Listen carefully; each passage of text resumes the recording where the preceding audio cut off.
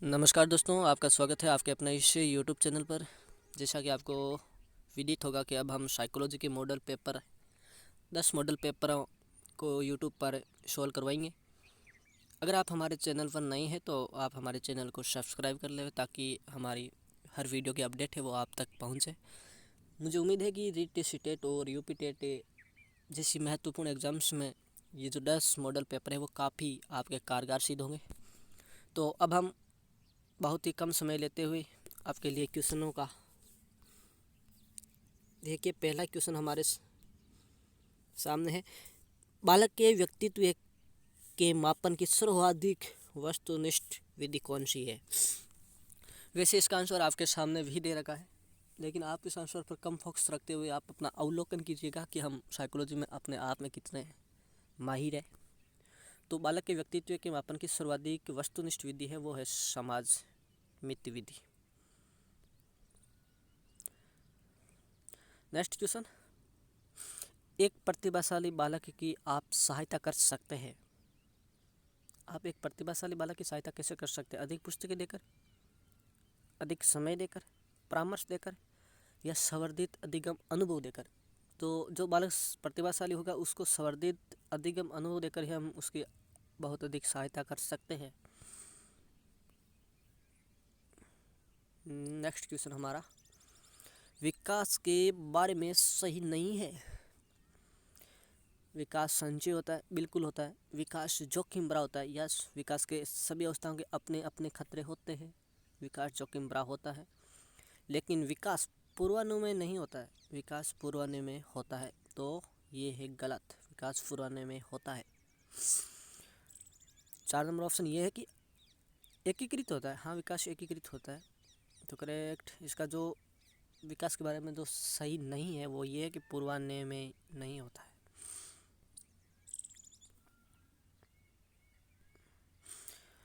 प्रश्न नंबर 4, 6 से 11 वर्ष की आयु के लिए अधिगम है। 6 से जो 11 वर्ष की आयु है उसके लिए अधिगम क्या है? ज्ञान निर्माण की सक्रिय प्रक्रिया है, ज्ञानपूर्वक सुनने की प्रक्रिया है, रटने की प्रक्रिया है, पाठ्य पुस्तक का अध्ययन करने की प्रक्रिया है। अगर हम चारों ऑप्शनों को सही ढंग से पढ़ें तो ये इसका करेक्ट आंसर यही जाता है कि ज्ञान निर्माण की सक्रिय प्रक्रिया है। 6 से 11 वर्ष की आयु के लिए अधिगम ज्ञान निर्माण की सक्रिय प्रक्रिया है। क्वेश्चन नंबर 5, बालक का सामाजिक विकास से प्रारंभ होता है। बालक का जो सामाजिक विकास होता है ना वो पूर्व बाल्यावस्था में आरंभ हो जाता है। पूर्व बाल्यावस्था की जो एज है वो होती है 3 से 6 वर्ष, पूर्व बाल्यावस्था। देखिए फ्रेंड्स, अगर आप हमारे इस चैनल पर नए हैं तो आप हमारे चैनल को सब्सक्राइब करें, अपने दोस्तों तक पहुंचाएं। हमारा मुख्य उद्देश्य यही है कि चाहे कोई एग्ज़ाम हो उसमें से अधिक अटैम्प्ट हमारे क्वेश्चन हो। चलिए हम नेक्स्ट क्वेश्चन पर चर्चा करते हैं। 6 नंबर क्वेश्चन है हमारा। 6 नंबर क्वेश्चन है, जब एक अध्यापक छात्र को सफलता का एहसास कराता है तो वह उपयोग कर रहा है तत्परता के नियम का, अभ्यास के नियम का, प्रभाव के नियम का, अभिवर्ती के नियम का। तो करेक्ट आंसर होगा वो उसके प्रभाव के नियम का एहसास करवा रहा है। 7 नंबर क्वेश्चन बहुत मोस्ट क्वेश्चन है। परीक्षा की दृष्टि से देखें तो ऐसे क्वेश्चन अक्सर हर एग्जाम में देखने को मिलते हैं। मुझे बताइए क्वेश्चन आपको आना चाहिए, कक्षा शिक्षण होना चाहिए। भाई कक्षा और कक्षा का शिक्षण कैसा होना चाहिए? सरल होना चाहिए, एक तरफा होना चाहिए, स्वादमूलक होना चाहिए, तीव्र होना चाहिए।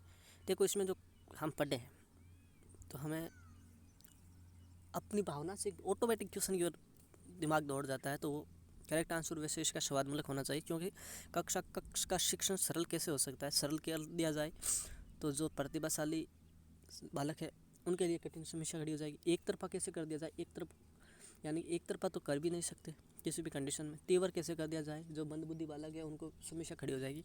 तो ओरिजिनल बात यह है कि कक्षा शिक्षण है वो स्वादमूलक होना चाहिए, उसमें इंटरेस्टेड मूलक तत्व होने चाहिए। क्वेश्चन नंबर 8 पर हम चर्चा करते हैं, किसकी पुस्तक में किशोरावस्था एक नया जन्म है ये छपा था? परिभाषा है कि किसकी पुस्तक में किशोरावस्था एक नया जन्म है ये छपा था? स्टैनली हॉल की ये पुस्तक थी जिसमें ये छपा था कि भाई किशोरावस्था है, ये एक नया जन्म है। मोस्ट भी है परीक्षा के दृष्टिकोण से ये स्टैनली हॉल। नेक्स्ट क्वेश्चन हमारा है 9 नंबर। दो बालकों में समान मानसिक योग्यता नहीं होती, ये कथन किसका है? कहते हैं कि भाई दो बालक हैं, दोनों में समान मानसिक योग्यता नहीं होती, अलग अलग होती है। किसी में मानसिक योग्यता कम तो किसी में ज़्यादा हो सकती है। तो मानसिक योग्यता है वो समान नहीं होती, और ये कथन है हरलोक का। जो परिभाषा है उसको आप स्क्रीनशॉट ले लीजिएगा। 10 नंबर क्वेश्चन। व्यक्तिगत विभिन्नता के कारक होते हैं। व्यक्तिगत विभिन्नता के कारक होते हैं।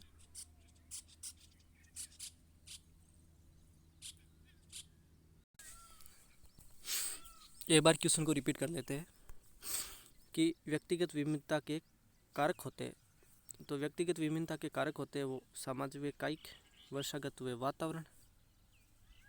तो करेक्ट इसका आंसर होगा वर्षागत व वातावरण।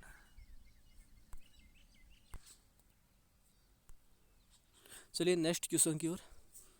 क्वेश्चन नंबर 11 है हमारा। कौन सा प्राकृतिक अभिप्रेरणा का उदाहरण नहीं है? कौन सा प्राकृतिक अभिप्रेरणा का उदाहरण नहीं है? प्यास, भूख, सुरक्षा, प्रतिष्ठा। प्रतिष्ठा इसका करेक्ट आंसर होगा। Question number 12। शिक्षा के क्षेत्र में सबसे महत्वपूर्ण होता है। शिक्षा के क्षेत्र में सबसे महत्वपूर्ण होता है शिक्षक, छात्र, पाठ्यक्रम, अंत्यक्रिया। वैसे तो शिक्षा के क्षेत्र में महत्वपूर्ण छात्र ही होता है, तो करेक्ट आंसर छात्र होगा।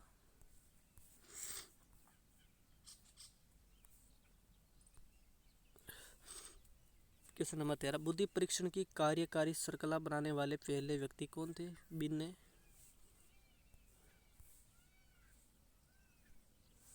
पियाजे के अनुसार किशोरावस्था में सामाजिक विकास की कौन सी अवस्था प्रारंभ होती है? करेक्ट आंसर होगा औपचारिक कार्यात्मक अवस्था। ये सुमेलित है, सुमेलित का क्वेश्चन है, सुमेलित कीजिए।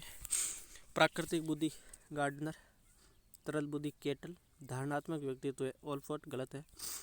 त्रिआयामी बुद्धि गिलफोर्ड। तो इसका जो करेक्ट आंसर है वो बाकी तो सब सुमेलित है, लेकिन ये धारणात्मक व्यक्तित्व ओलफोर्ड वाला सुमेलित नहीं है।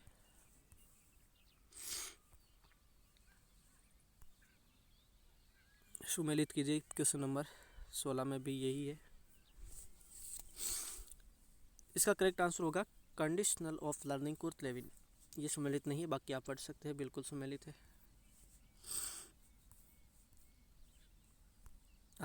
आजकल इस टाइप के ज़्यादा क्वेश्चन आते हैं, सुमेलित है, सुमेलित नहीं है, बिन को छांटिए। देखो सही है, क्या सही है पढ़ना है हमें। संज्ञानात्मक मानचित्र टोलमे ने, संयोजनवादी थॉर्नडाइक, आत्मसिद्धि मैस्लो, उपयुक्त सभी करेक्ट है, ऑल सभी सही है। सुमेलित कीजिए। 18 नंबर क्वेश्चन। अंगूर खट्टे होते हैं, युक्तिकरण। सुमेलित नहीं है। बगुला भगत प्रेक्षण, द्विसपन हवाई किले बनाना, बीमारी में पलायन रूपांतरण, बगुला भक्त प्रेक्षण, ये सुमेलित नहीं है, तो ये इसका करेक्ट आंसर होगा। सही नहीं है, ये देखो क्वेश्चन नंबर 19 सही नहीं है। शतरंज की लाड़ी स्थानिक, नर्तक की शारीरिक गति, शिकारी प्राकृतिक वृद्धि, विक्रेता अंत्य व्यक्ति। Correct answer 4 number. व्यक्तिगत क्रियात्मक परीक्षण नहीं है, तो इसका करेक्ट आंसर होगा आर्मी बीटा। सृजनात्मकता के संबंध में गलत है। इस टाइप के क्वेश्चन बहुत बार एग्जाम में पूछे जाते हैं। सृजनात्मक के संबंध में गलत क्या है कि जन्मजात व अर्जित दोनों होती है। अपसारी चिंतन की प्रक्रिया है, प्रक्रिया व परिणाम दोनों है, अभिसारी चिंतन की प्रक्रिया है। देखो इसके संबंध में बिल्कुल गलत यह है कि अभिसारी चिंतन की प्रक्रिया सृजनात्मकता नहीं हो सकती। सृजनात्मकता होती है क्रिएटिविटी, रचनात्मकता के तौर पर। इसमें जो विचार होते हैं वो बाहर की ओर प्रसारित होते हैं, अभिसारी तो अंदर की ओर होता है, तो इसमें हो ही नहीं सकता। एक बालक परीक्षा में मेहनत करती है, यह है संज्ञानात्मक योग्यता, माता पिता से प्रभावित उच्च उपलब्धि अभिप्रेरणा। उच्च उपलब्धि अभिप्रेरणा के कारण ही परीक्षा में मेहनत करती है। एक महत्वपूर्ण क्वेश्चन हम आपको बता रहे हैं, 23 नंबर क्वेश्चन है। बिना बोझ के रिपोर्ट का संबंध किससे है? आरटी 2009, एनशिप 2005, कोठारी आयोग या मुदालियर आयोग? तो इसका करेक्ट आंसर होगा एनशिप 2005 से। क्वेश्चन नंबर 24, क्रियात्मक अनुसंधान की विशेषता है?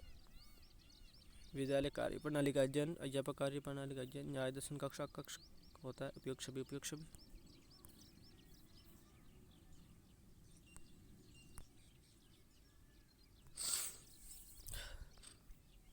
परीक्षण का जब भी प्रयोग किया जावे तब उसके परिणामों में किसी प्रकार का अंतर ना होकर समानता हो, ये होती है विश्वसनीयता।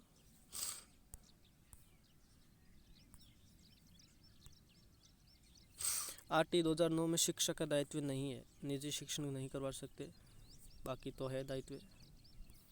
सही नहीं है। चिंतन स्तर शिक्षण हंट सही है। शिक्षण ज्ञानात्मक, भावात्मक, क्रियात्मक प्रक्रिया बिल्कुल सही है।